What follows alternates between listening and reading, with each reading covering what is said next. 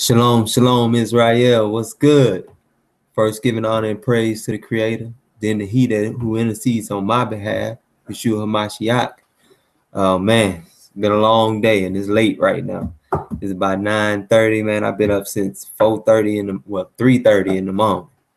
So man, I'm about to go ahead and get this presentation out because I told my I was gonna get it to him, and I've been taking a long time doing it. I ain't gonna lie, man. It's my second time taking too long to get back on somebody when they ask me to do something for them. But I got you here, Michael Edwards. I got you right here, man.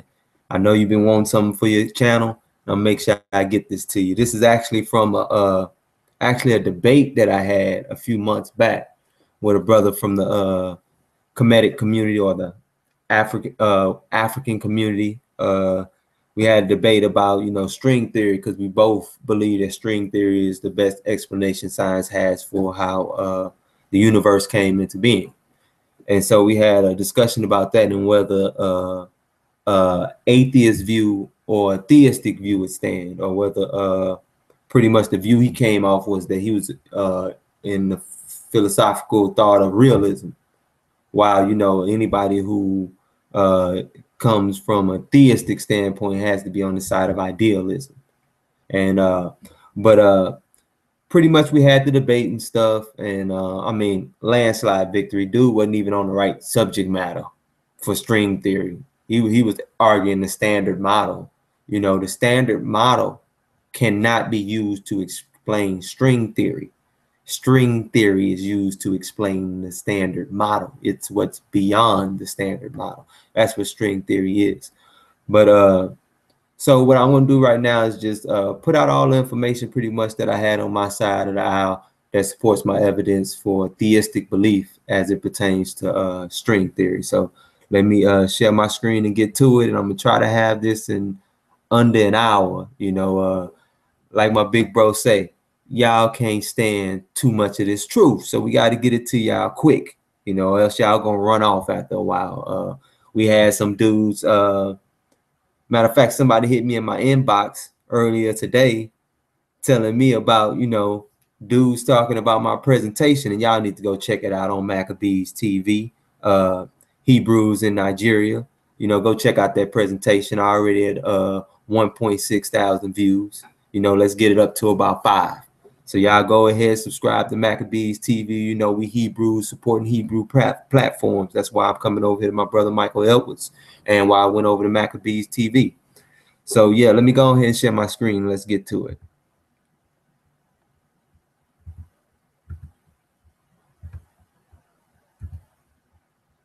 All right.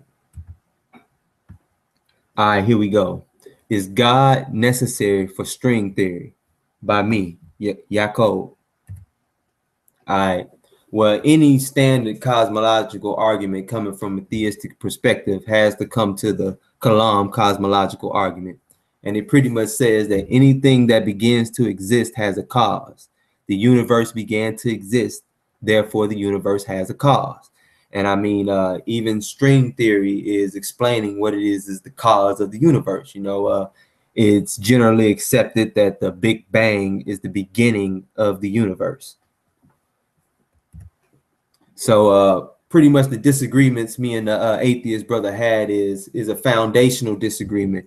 Is in the premises, and is the fact that we have different philosophical views when it comes to the evidence or the lack thereof of evidence. On my side, or on the theistic side, you have idealists, which it means that I believe that reality is a mental construct and does not exist independent of observation. So again, reality is dependent on observation, is my view. And then the theist was a realist, meaning that they believe physical reality exists independent of observation. So they believe that observation is not necessary for reality to exist. And it ain't hard to see that these are polar opposite views. So the second area of disagreement stems from the first. The theist believes nothing outside of the universe was necessary for the formation of the universe. Why I argue the opposite?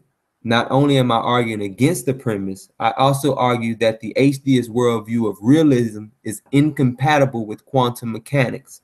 asserting the presence of a conscious agent in the formation of our universe through observation. Because remember, idealism says observation is necessary for the universe to exist, while realism says that observation is not necessary for the universe to exist.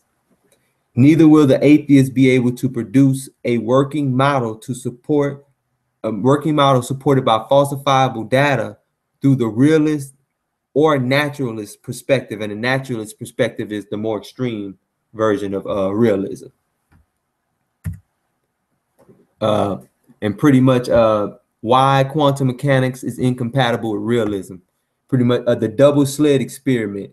Now, this right here is very, very important when people go look this up. And y'all need to go look it up, the double slit experiment, because it proves pretty much that observation is necessary to make a wave function collapse in order to create matter.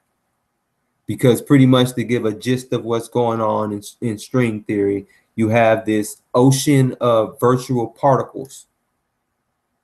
And then these ocean of virtual particle collapses, and then they cause it matter, or the Big Bang that caused our universe to come into existence. So, but the double slit experiment shows us that observation is necessary for a wave function to collapse.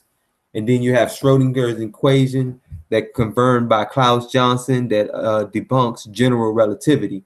You know, and that's general relativity pretty much is because Einstein, which, I mean, come on, Einstein is the guy who gave us E equals MC squared. He pretty much worked out a formula and saying that if quantum mechanics was real, that this thing that he called a spooky action at a distance would be real. And, you know, at that time period, there was no way to test this spooky action at a distance to see if it was real or not. So they wrote it off and they started going with the materialist worldview or the naturalist worldview. But then as quantum mechanics started coming along and technology started picking up, they went to the realist worldview. And now it's come to a point where it's about to be impossible to even be a realist. You're going to have to be an idealist or a theist. But yeah, that spooky action at a distance is now called quantum entanglement. Yeah, so it was actually true. So on the quantum level, spooky things happen. And going on, Bell's inequality debunks local realism.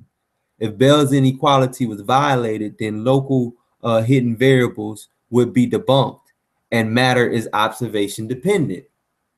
So in this right here, I give the source right there on the article that shows that, you know, Bell's inequality was violated, which means that matter is observation dependent.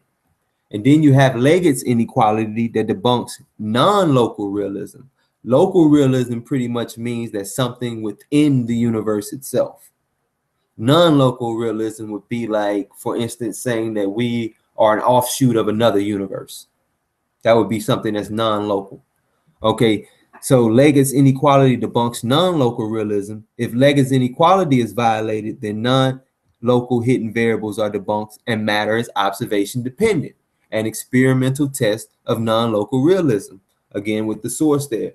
And then the same doctor that they're quoting in the article, Dr. Anton Zeilinger, stated in an article published by physicsworld.com, April 20th, 2007, titled "Quantum Physics Says Goodbye to Reality." Most working scientists hold fast to the concept of realism, a point of view to which an eternal reality exists independent of observation. But quantum physics has shattered some of our cornerstone beliefs. So even they're saying that, look, from everything we're getting, from the tests we're doing by this falsifiable data, I mean, matter depends on you observing it. And then, of course, there's always the Quantum Randy Challenge. You know, you can find this on Cornell University's website, that if anyone, because pretty much James Randi is a professional skeptic, and he likes to weed out what he calls pseudoscience, science that is not backed up by the data. And right now he's saying that the atheist worldview of local or non-local realism is not backed up by data. and he's putting $1 million on the line. So anybody who's sitting here wanting to say that matter exists independent of observation, go ahead and prove it and get $1 million. That's all I got to say about that. And then you have the holographic principle.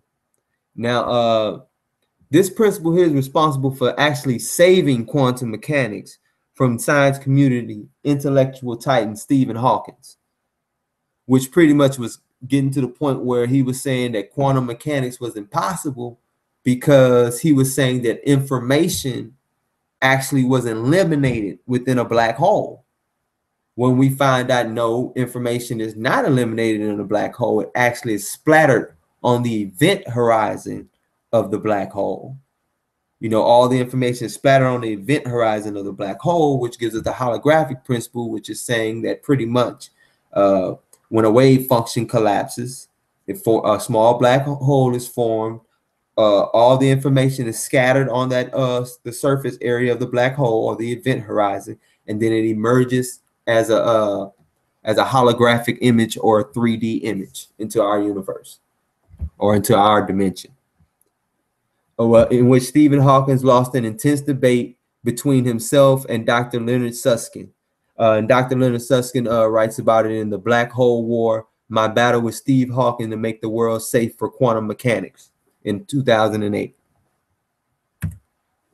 All right. So pretty much here's my question for all the atheists out there. Seeing as according to the falsifiable data, local nor non-local realism are compatible with quantum mechanics, meaning no hidden variables exist and reality is observation dependent, what will the atheist do? Will he abandon quantum mechanics and the evidence of science? Will he B, abandon the philosophical view in accordance? Or C, will he step up and prove me wrong, prove the science is wrong, and win $1 million by winning the Quantum Randy Challenge? And also, if they're going to win $1 million, I would like to ask them to tell us the catalyst to cause a wave function collapse in order to form matter. Because again, the falsifiable data is showing observation is necessary. And that's what the double slit experiment showed us. And the more advanced version of it shows us something far more deep. And then 3 here says, lastly, the third question is, what does the atheist think of the Copenhagen interpretation or the consciousness causes collapse, which doesn't mean only consciousness itself. It also means an apparatus can do it, but it would have to be made to measure like a compass, like a consciousness. And, you know, like Akarazim says, you know, you cut out the unnecessary part. So if it has to measure like a consciousness and be made by, it has to be made by a consciousness to measure by a consciousness, we might as well kick it out the way and just deal with the conscious mind. But again, lastly, what does the atheist think of the Copenhagen interpretation or consciousness causes collapse when dealing with the initial singularity or the Big Bang? All right. And pretty much that's Stephen Hawking and Leonard Susskind, which we'll talk about Leonard Susskind a little bit later. All right. Or right now. Well, pretty much, man, here goes his credentials. As you can see, is a bunch of them, but I'm gonna try to skip through them and get the ones that really matter right here. He's a professor of physics at Stanford University since 1979, still to present day. He's won the Prager Award in 1975, the J.J. Sakurai Prize in Theoretical Particle Physics in 1997. Let's see. Let's look at some of his contributions to the field. The independent discovery of string theory, model of particle physics. Let's see some more things that he did. The theory of symmetry breaking, sometimes known as Technicolor theory. The second yet independent theory of cosmological baryogenesis. String theory of black hole entropy, which is very important, black hole entropy. The principle of black hole complementarity, the causal patch hypothesis, the holographic principle as applies to string theory, M theory. Now, if you study string theory, you got to know what M theory is, including development of the BFSS matrix model. Like this dude here is also the guy who purports that reality is a simulation, that our universe is a simulation. All right. This right here is disturbing implications of the cosmological constant. All right.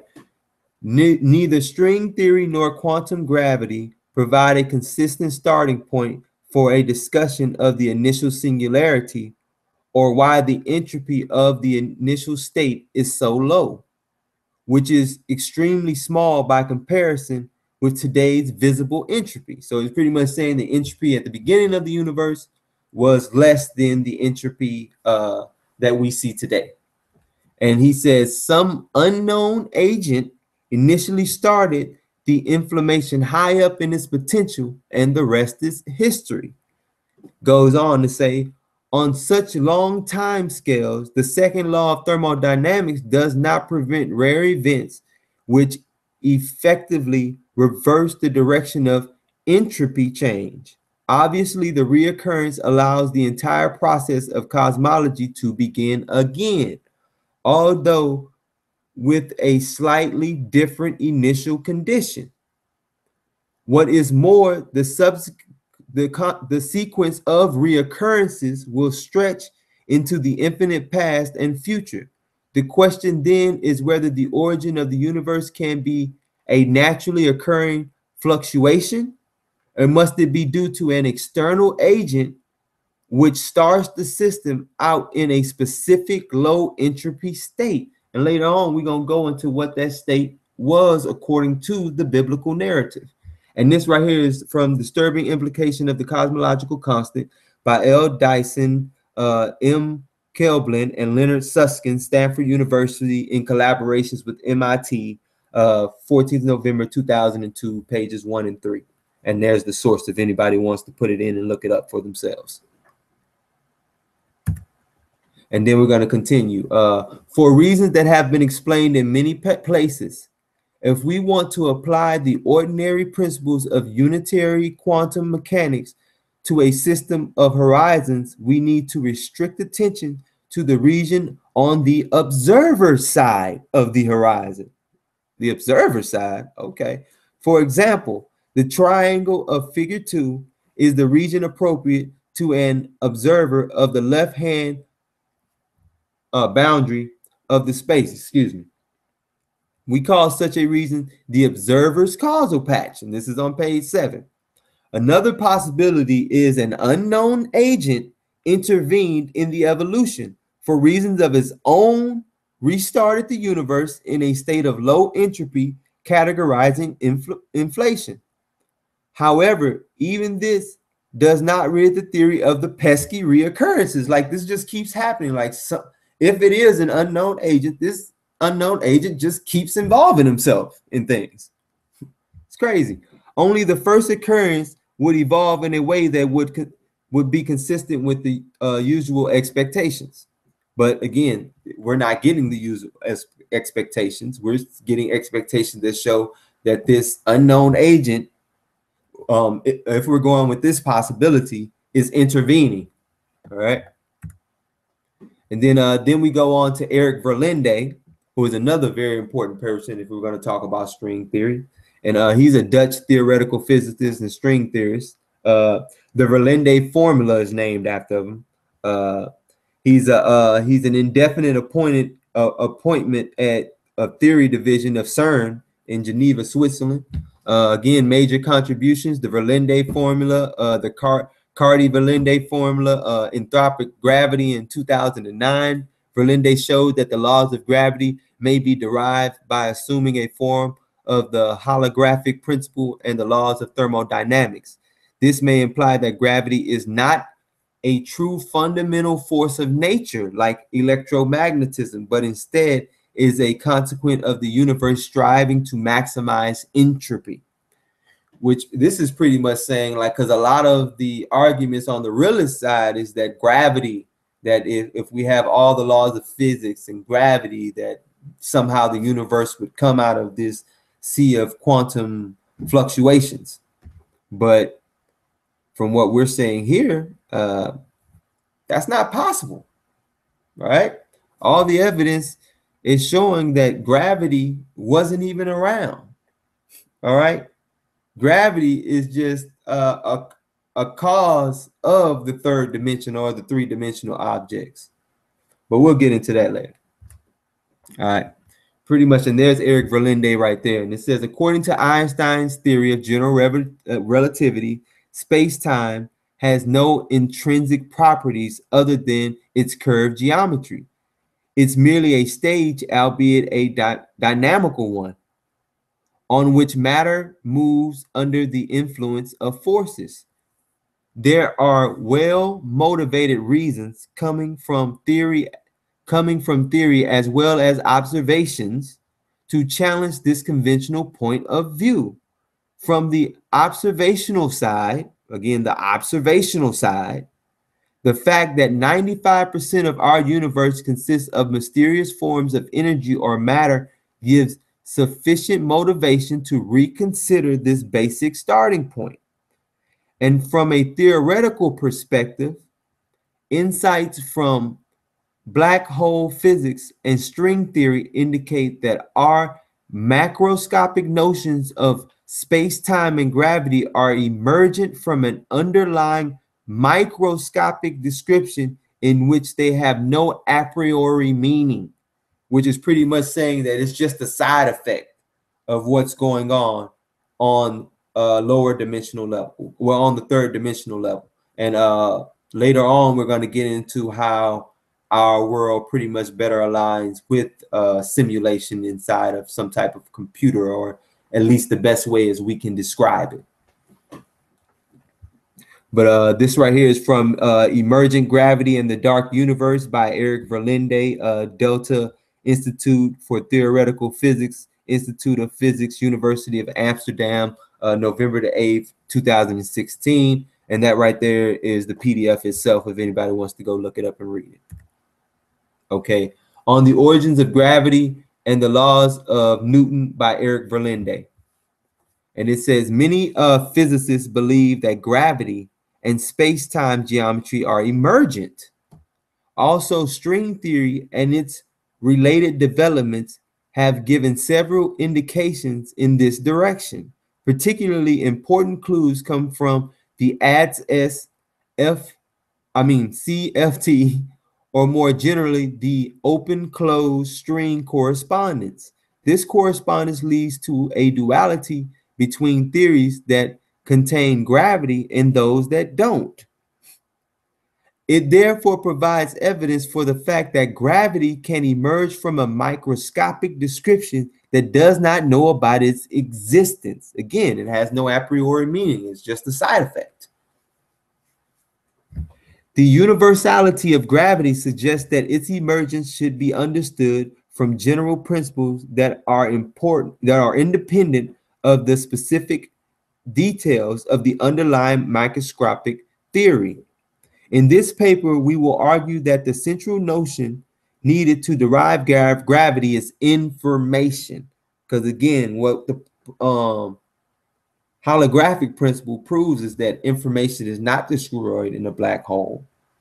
And that not only is energy the only thing that cannot be created or destroyed, but information is also something that cannot be created nor destroyed. Well, it cannot be destroyed from what we're seeing. I mean, the quantum fluctuations would have had to been created. They couldn't have came out of nowhere. But information is not showing to be destroyed. More precisely, it is the amount of information associated with matter and its location in whatever form the microscopic theory likes to have it. Measure its terms of entropy, which entropy is just information. Well, is pretty much what it's saying. Changes in this entropy or information when matter is displaced leads to an entropic force, which, as we will show, takes the form of gravity. So gravity is an entropic force that emerges from these underlying principles. Its origin, therefore, lies in the tendency of microscopic theory to maximize its entropy. And again, there's the PDF link right there if anybody wants to look at it, because we don't have to hide information like other dudes do. We don't have to omit information around here. We just gonna give you the facts. You make your own decision. All right. This right here is dealing with Brian Wentworth, and this is pretty much the guy who pretty much compares our reality to whether it's an objective reality, which would be in line with the realist side, or would it be more along a simulation or a holographic world, which is more in line with what string theory is saying and what the theists would believe. And I'll break down again how that's plausible later. All right. Pretty much this guy, he got his BSc in math and a BA in psychology and an MA in neuropsychology on brain split research. He joined the New Zealand Army as a physiologist, a psychologist, what am I talking about? And ran officer selection boards up to the senior Army psychologist. Then became a defense computing analyst, ending up in operational simulations or war games. Ending up in operational simulations or war games.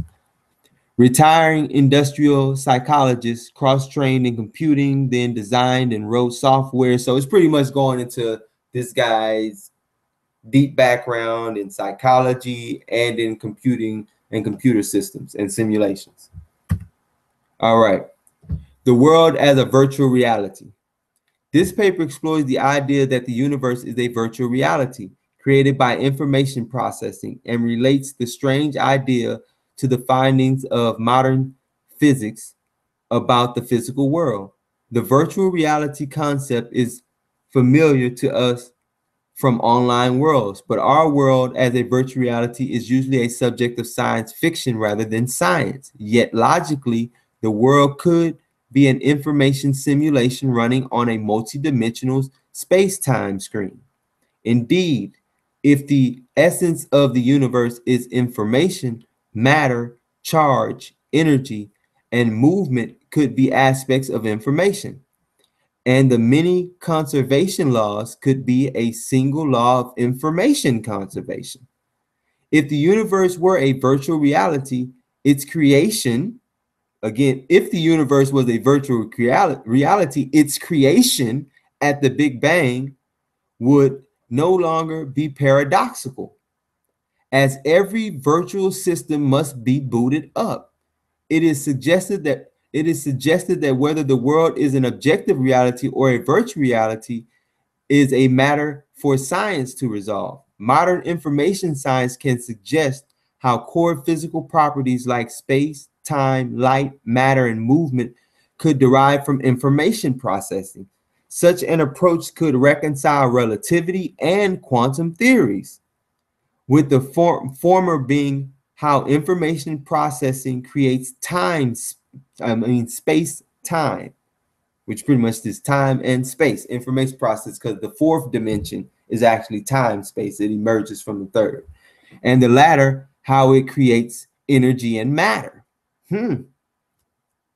And this is from The Physical World as a Virtual Reality, Brian Whitworth, Massey University, Albi, in Auckland, New Zealand. And again, all these sources are people that are very, very relevant in this field of study. I am not using any back alley minimalist scholars here. I'm using the best up-to-date scholarship that I found from the people who are heads in their fields. And going on, this paper explores the idea that, oh, I already read that part. I did that twice.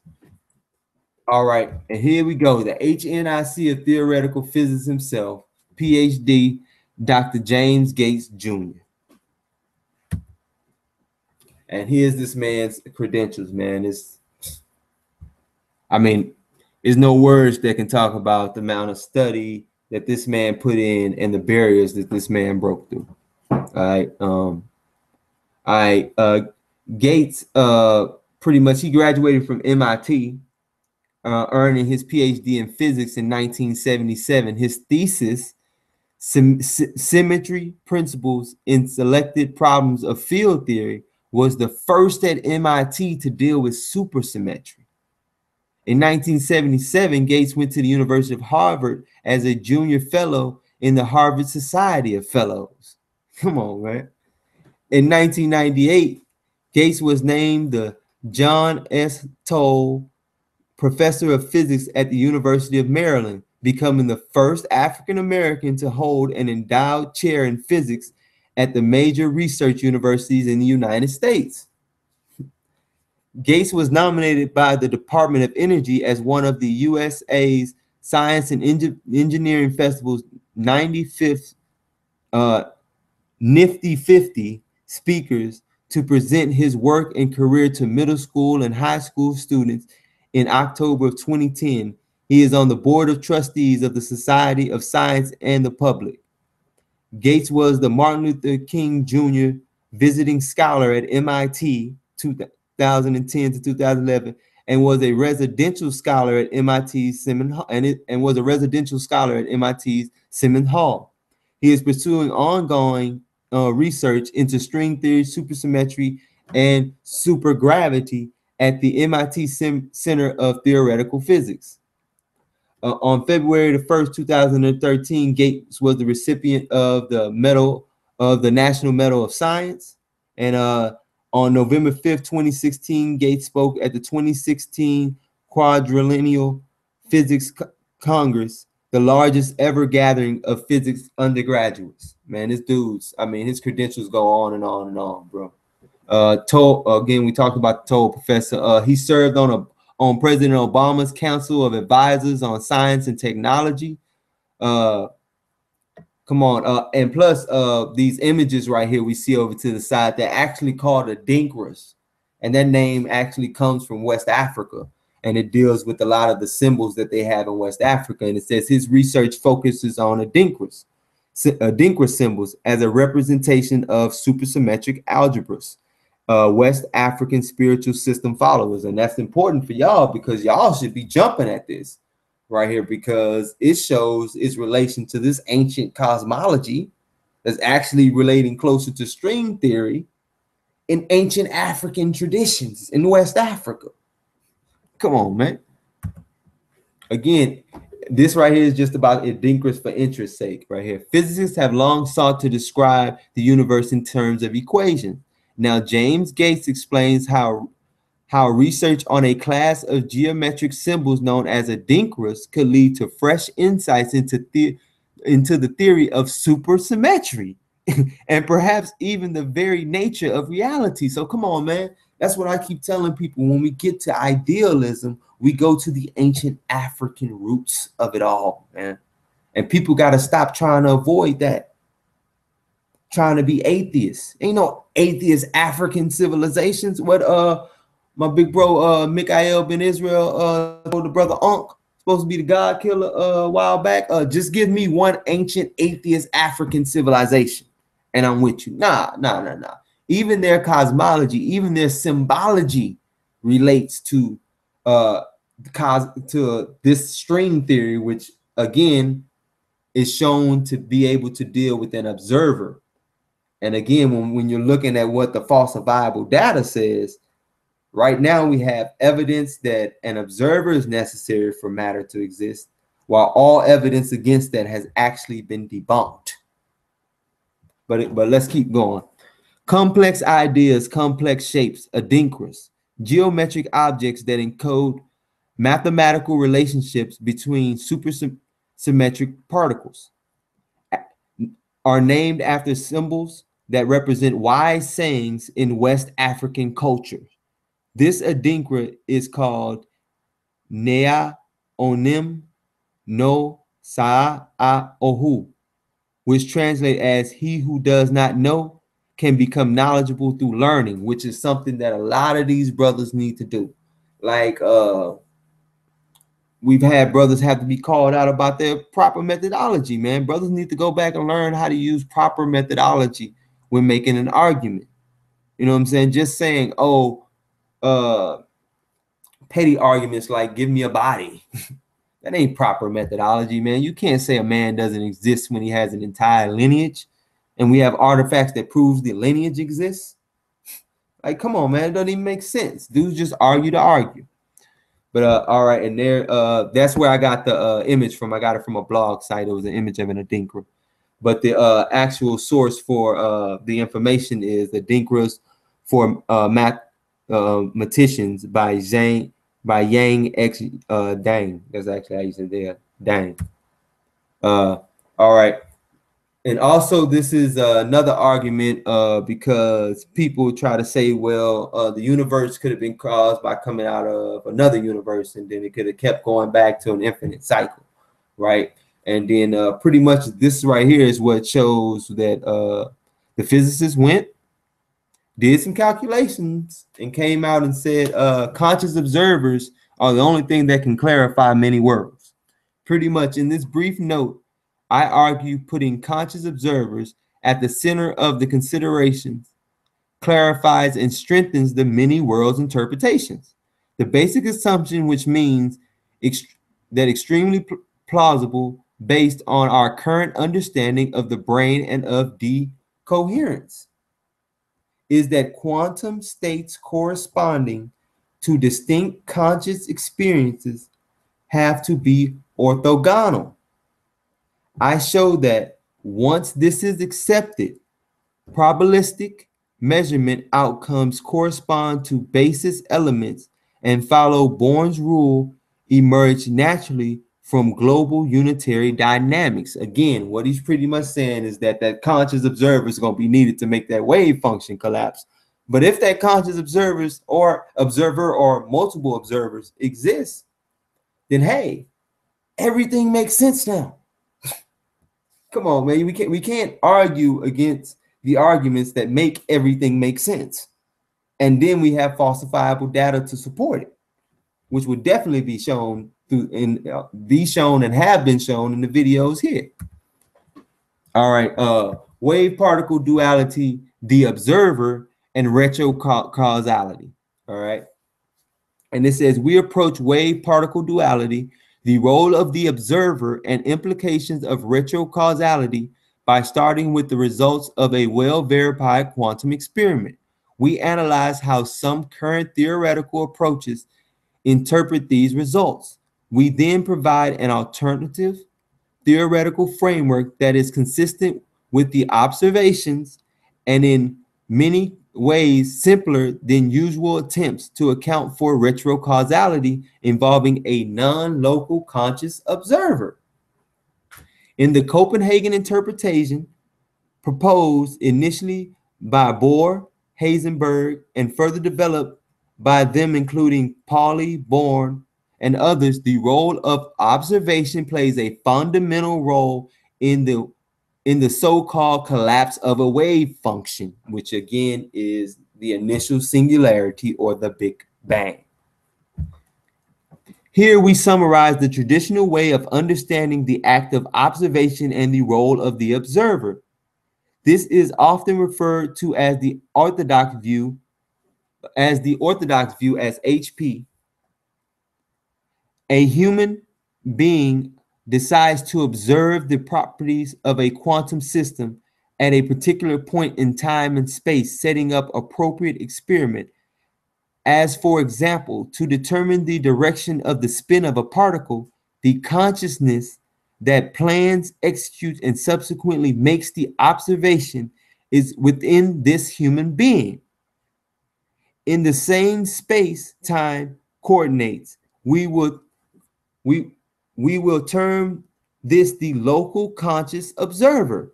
Now I don't know what y'all thinking, but this is talking about a spirit of a man, your consciousness. And that is being, come on, I mean, people just can't get around this. I mean, even Einstein said that quantum mechanics would have made spookiness real. You know, what they always try to make fun of us, say, you know, as Bible folks, we spooky.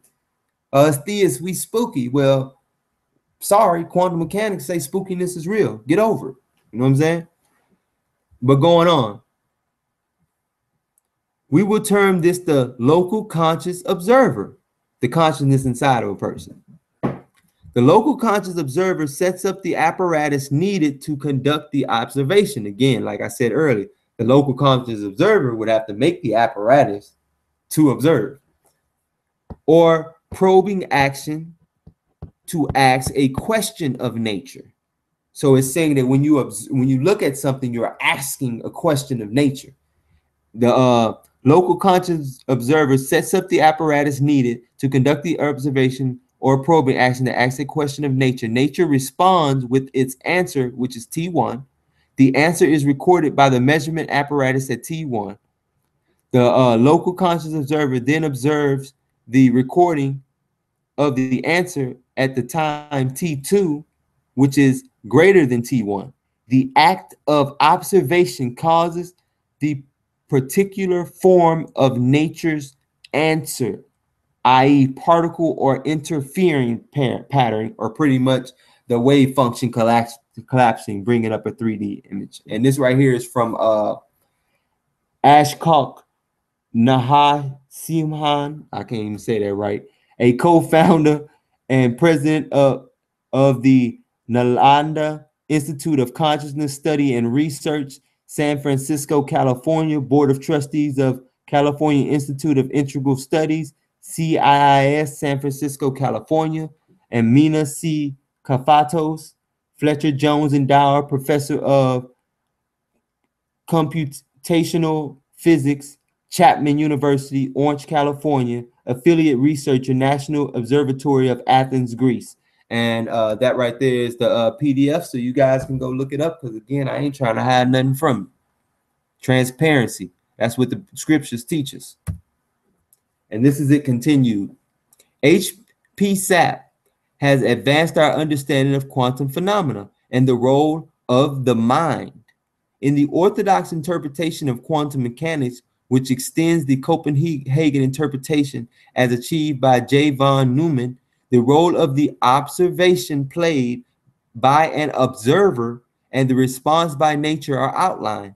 Although we agree with the basic approach of the role of the mind in the Copenhagen interpretation, or its orthodox refinement by von Neumann, we have shown here that the issues are more complicated when quantum eraser non-locality enters the picture, as collapse occurs without an act of observation by a local observer, rather through the apparent retrocausal quantum eraser experiments, which imply the availability of information outside of time-space, which pretty much is saying information has to be fundamental because it exists outside of time and space. It's eternal. And which are, and again, I know y'all can't handle too much of them scriptures, but it say, God's word will never fall void because it's eternal. Once he put it out, it can't come back. That's what scriptures say. But anyway, we can show that the issues are more complicated when we... Okay, let's get back to where we were. I'm sorry. All right. When quantum eraser non-locality enters the picture, as collapse occurs without an act of observation by a local observer, rather through the apparatus retrocausal quantum eraser experiments, which imply the availability of information outside of space-time, and which are consistent with theoretical and experimental established quantum non-locality. The approach we take here is agnostic as to the role of nature and possible modifications to standard orthodox quantum mechanics. The roles of O, the observer, and little o, the apparatus, presented here are novel interpretations consistent with the advanced eraser experiments of Kim et al. We actually believe that von Neumann himself implied the existence of such an observer, as he concluded that the so-called Heisenberg cut was probable nowhere to be found, which pretty much the Heisenberg cut only been able to be done by an observer, and that's what they're saying. And again, this is represented by the simple double slit experiment and the quantum eraser experiments, which pretty much shows again that information exists outside of time and space, because even when they measure the wave function collapse after it goes through the double slit, it actually sends the information back in time to make it only go through one slit, when normally, if you don't observe it, it goes through both slits, neither slit, you know. It's crazy. But yeah. And then here goes 3 more questions that I had for him. If quantum mechanics finds codes of information within string theory, what does the atheist give for the source of all this information that all these principles emerge from? Now, we can't sit here and say we're looking at information that's as deep as computer code. Come on, as deep as computer code, and it's just random information.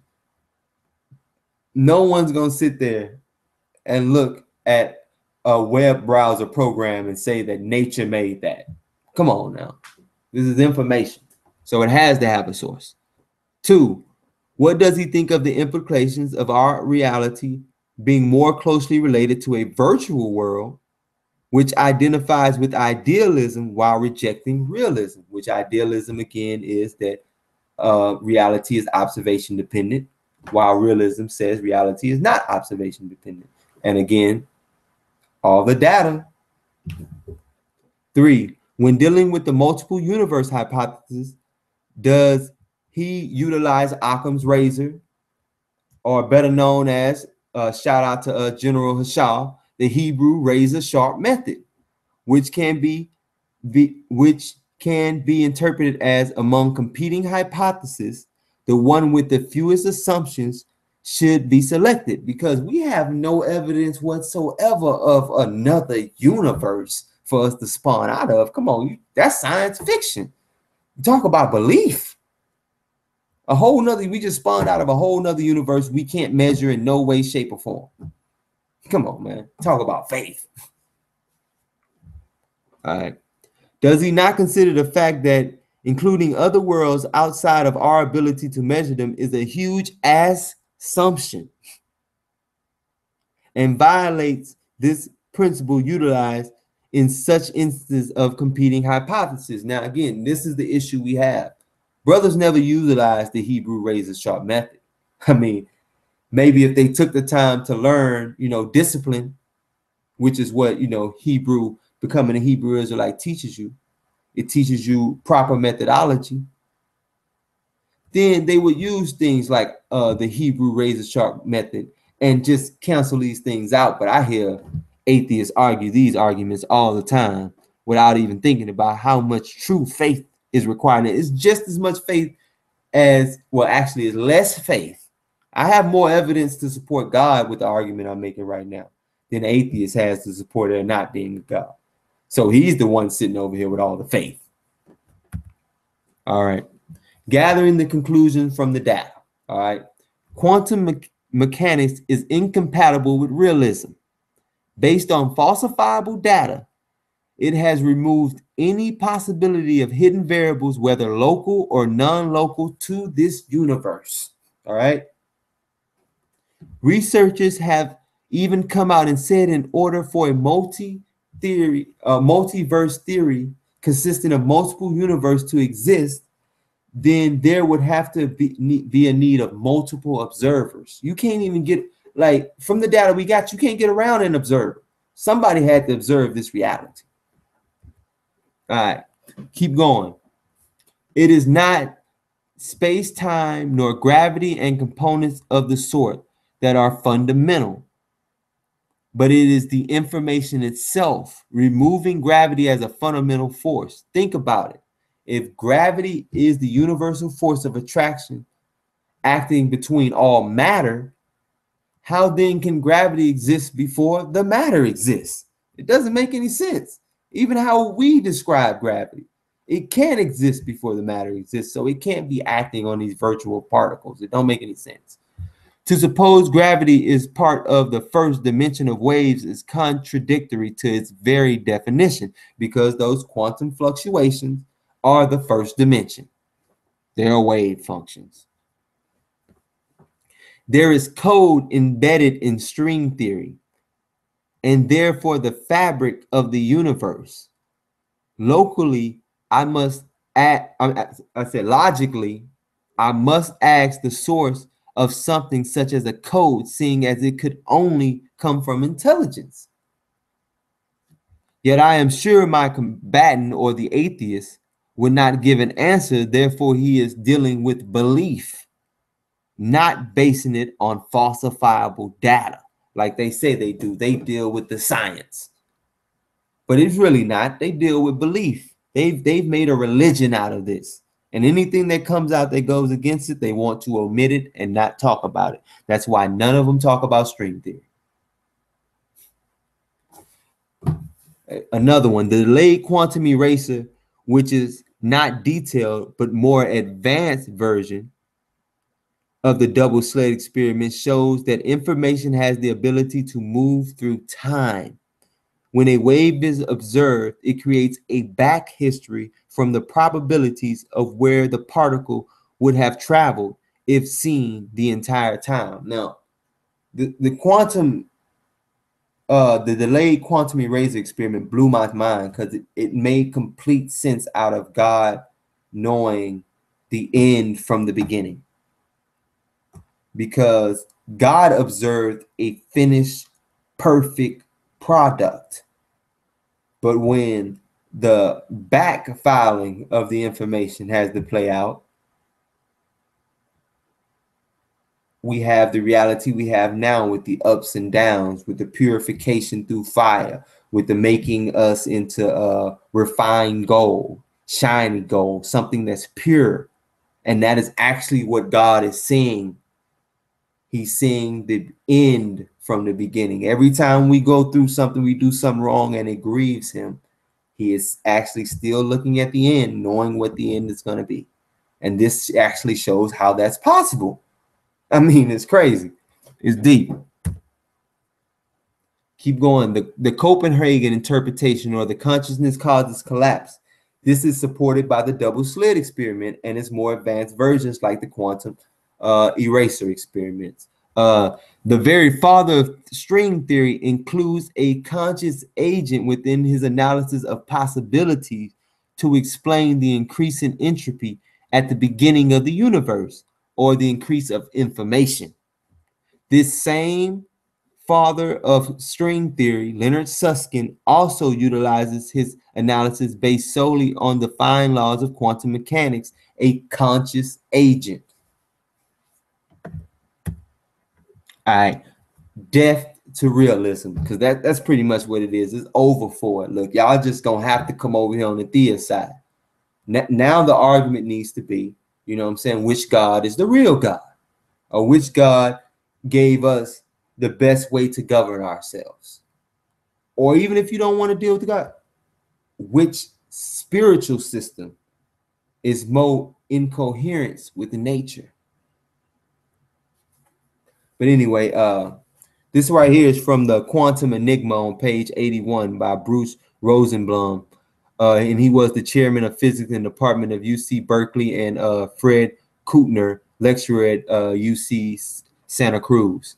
And they say consciousness causes a wave function to collapse to form matter, meaning the belief that reality exists independent of observation or realism is dead with quantum mechanics. Another point they made: information is fundamental. It exists as wave functions in the first dimension of this universe. They are manifested as the probabilities of an object being found by someone until it is found or formulated past history, until it is found and formulating past history based on where it is found. The quantum eraser experiment pretty much shows this. The waviness of a region, or the waves of strings, which is what we're talking about with these wave functions, is the probability of an object being in a particular place. We must be careful. The waviness is not the probability of the object being in a particular place. There is a difference. The object is not there before you find it there, because again, it deals with superposition in quantum mechanics. I don't think I referenced this earlier. Superposition pretty much deals with, okay, say there's an apple sitting on my my counter, my kitchen counter. If I'm not looking at this apple according to superposition, this apple is on the counter, on the ground, falling on the ground, flying in the air, and sitting at the table all at the same time. It is not until I look at it and actually see where it is that it actually exists. Other than that, it's just wave functions. Which does bring up an argument about, then how could the universe continue to exist without God continuing to interfere in this stuff? But that's a whole different argument. But there's answers for that argument too, because pretty much I'll go ahead and put out this little gem for y'all real quick.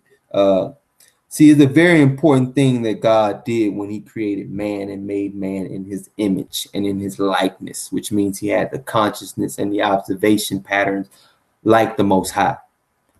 By him doing so, he then makes it so that he can step away from interaction with his creation at any time, and his creation will still function because there's human beings here to observe reality and still see it existing and showing. So it still exists in 3D matter. When we look out into the universe, until we know where to look, until we know how to look at something, it doesn't even exist to us. So it's until we know what questions to ask of nature that things even become real to us. Atoms wasn't real to us until we know how to ask nature for it. I mean, like I said, string theory is deep, it's philosophical, and it only leads you back to theism at the end of the day. All right. Now, after we've seen that compilation, we're going to further the premise. All right. Ontological properties of the observer based on the falsifiable data. So I'm furthering my premise based on the falsifiable data that I have.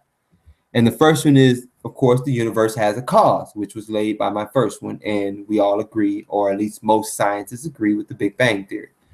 2, if the universe has a cause, then an uncaused conscious agent, same as Susskind proposes, exists, who is beginningless, changeless, immaterial, spaceless, timeless, and all-powerful. This conscious agent is what we define or we understand, especially from a biblical point of view, as God. And of course, logic follows, therefore God exists. All right. All right. Now let's go over some misconceptions of string theory. One of the big misconceptions of string theory is that it entails that there's a bunch of multiple universes, and one thing's happening in this universe, another thing's happening in that universe, another than another. No, it's not. Not at all. All right. So when someone mentions different dimensions, we tend to think of things like parallel universes, alternate realities that exist parallel to our own. But where things work or happen differently. However, the reality of dimensions and how they play a role in the order of our universe is really quite different from this popular characterization. I had this guy Khufu. Come on, Khufu, you my dude. But Khufu, you can't sit here and try to pop up on me pop culture when it comes to string theory instead of actually doing the research, bro. Don't do that no more, man.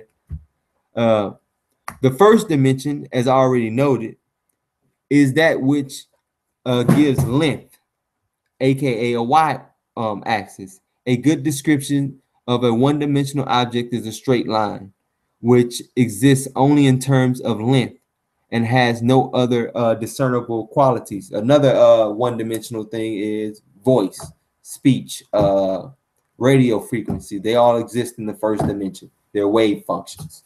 And then in the second dimension, Yeah, in the second dimension, you have the y and the x-axis. And with something like a square, I mean, everyone knows like a picture, something drawn on a piece of paper is two-dimensional. And then the third dimension, again, everyone knows what a three-dimensional cube is or what an object is. I mean, you pick up your cell phone, it's three-dimensional, your body is three-dimensional. So we know what these things are. But yeah, this is from physics.org. Is universe and dimensions. And there's the link right there, so you guys will go and be able to go and read it. All right. So here's my biblical model of string theory. All right. And pretty much both the Bible and string theory gives a cause of the universe to be a conscious agent who, upon looking at the string waves or the wave functions, caused them to collapse and form matter, creating what we call the initial singularity or the Big Bang based on the falsifiable data. Due to the fact the third dimension does not exist until the initial singularity or observation mechanism causing the sudden expansion of the universe. Seeing as time, matter, space did not exist at this point, in a logical, it is logically to infer that this conscious agent would be timeless, spaceless, and immaterial. Based on the fact that the conscious agent is timeless, this infers that it is changeless and beginningless. Seeing as time is an emergent property of information, and both are dependent upon time. So this makes it clear. You can't even argue against what it is or what this conscious agent would have to be. All right. The only immaterial mechanism we know of able to process information and make observations through is a mind, of course. Though an apparatus may be utilized due to Occam razor or the Hebrew razor sharp method, it is unnecessary, seeing it would have to come from a mind, from the processes of a mind anyway, because the mind would have had to create the apparatus. And now we know this conscious agent is a timeless, beginningless, and immaterial mind. Because again, the only thing we know that can act in the way of a computer simulation is a mind. Think about it. We dream well, I can't say we all dream, but people dream every night. These dreams seem real. This is 3D reality going on in your own mind. Again, it's one thing the Bible says, that nature itself attests to the reality that there is a God, man. Your own mind does. Your own consciousness does. It shows you how this reality exists. We are but a figment of imagination in the mind of God. Do y'all understand that? String theory is showing us this. We are a thought process in the mind of God. Okay, so first we must account for the information. And it's from within the biblical paradigm, because we have to account for where this extra information is coming from, right? So information creation is right here, Genesis 1:1. In the beginning, God created the heavens and the earth. Now, again, we know that it would have had to be wave function collapsing to make this matter that we call the heavens and the earth. All right, Psalms 33:9. For he spoke and it was done. He commanded and it stood fast. John 1:1. In the beginning was the Word, and the Word was God. And the beginning was the Word, and the Word was with God, and the Word was God. This is essentially information creation, making of the virtual particles which act as strings of waves in the first dimension. Because pretty much, like I said, voice is nothing but a wave function. That's all it is. And in this instance, it would have been more of thought. Observations and increased entropy in the biblical model, right? Susskind supposes that entropy or information was too low in the initial conditions of the universe, requiring an agent to increase the information over time, in which he said was, what did he call it? Oh man, what did he call it? He pretty much called it annoying that this creator kept doing it, because he had to keep accounting for it.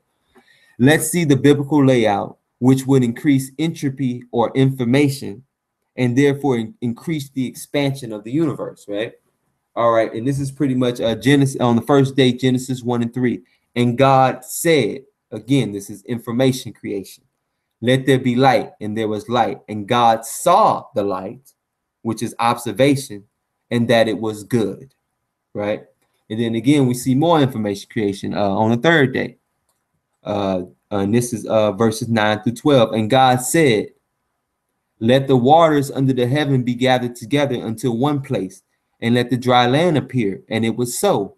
And God called the dry land earth, and gathered together the waters, and called he seas. And God saw that it was good. Again, he's speaking out wave functions.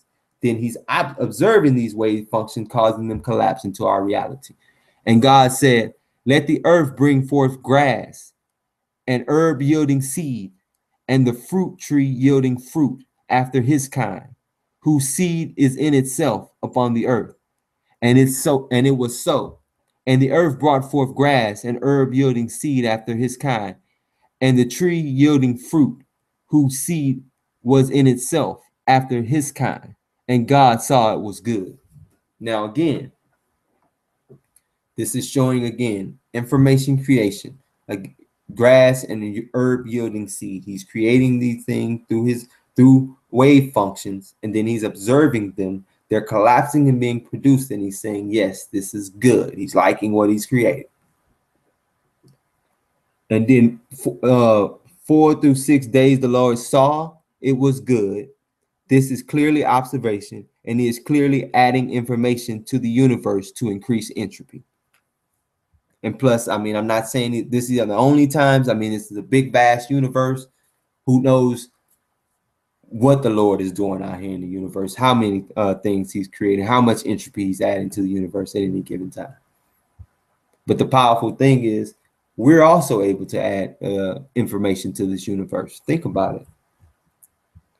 This computer, that doesn't come naturally. We added this information to the universe. All right. And then this right here is the guy, James Randi himself. He's the professional skeptic. All right. So he's offered $1 million if you can prove local or non-local realism. He's a professional skeptic. He calls out pseudoscience. Everybody talking about people pseudo. This is a guy who put his money where his mouth is. He calls out pseudoscience. All right. So is there any atheists out there that's going to step up and take that challenge? Huh? That's all I want to know. Is there any atheists out there that's going to step up and take the challenge? All right, let me stop sharing my screen.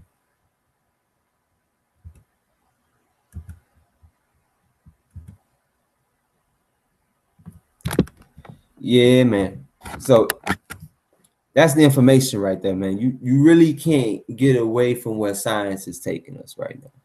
And I know we're going to have haters out there, man. I ran into some haters today. I guess I'm going to have to make a video about that. Man, I had people all in my inbox talking about these haters, talking about me behind my back. But when they bring up my name, like, why don't you just talk to the guy who made the video? They kick him out the group, block him, don't want to talk to him no more. Just for bringing up my name? Come on, man. You can't be that scared of somebody. This is coming from the same people who say you only block people on YouTube block people on Facebook that you're scared of. But anyway, man, it's getting late. I mean, I fumbled through this presentation a bit, man, but I'm tired, man. I kept it close to an hour. You know what I'm saying? So hey, but anyway, shalom. Y'all have a great night, and thank y'all for tuning in again. And keep tuning in, man. I love my brother videos. I mean, again, we don't endorse everything everybody say, but brother, we making some good points, man. I like it when my brother's really teaching that Torah, really getting into some deep things, man. I've learned a lot of things from the brother, and I hope he can learn some things from me. But as far as this string theory is concerned, man, this is evidence for God. Science is giving you evidence for a creator, an intelligent creator. So that's what the discussion needs to be now. Who is this intelligent creator? And from what I show in the biblical model, is showing me the best outline for the creation of the universe, which aligns with quantum mechanics. But all right, again, peace and shalom, people.